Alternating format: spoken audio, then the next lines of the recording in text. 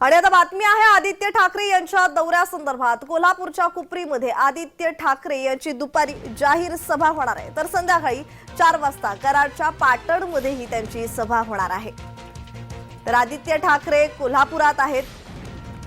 लोकसभा निवडणुकीच्या पार्श्वभूमीवर आता उद्धव गट सक्रिय होताना दिसतोय।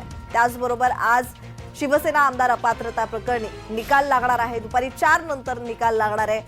तर सध्या महाराष्ट्राचं राजकारण, महाराष्ट्राच्या राजकारणात अनेक घडामोडी घडताना दिसतायत। आदित्य ठाकरे ही कोल्हापूर दौऱ्यावर आहेत। कोल्हापूरच्या कुपरीमध्ये आदित्य ठाकरे यांची दुपारी जाहीर सभा होणार आहे आणि या जाहीर सभेत आदित्य ठाकरे कोणावर निशाणा साधणार, काय बोलणार हे पाहणं महत्त्वाचं ठरणार आहे। तर संध्याकाळी 4 वाजता कराडच्या पाटणमध्येही त्यांची सभा होणार आहे।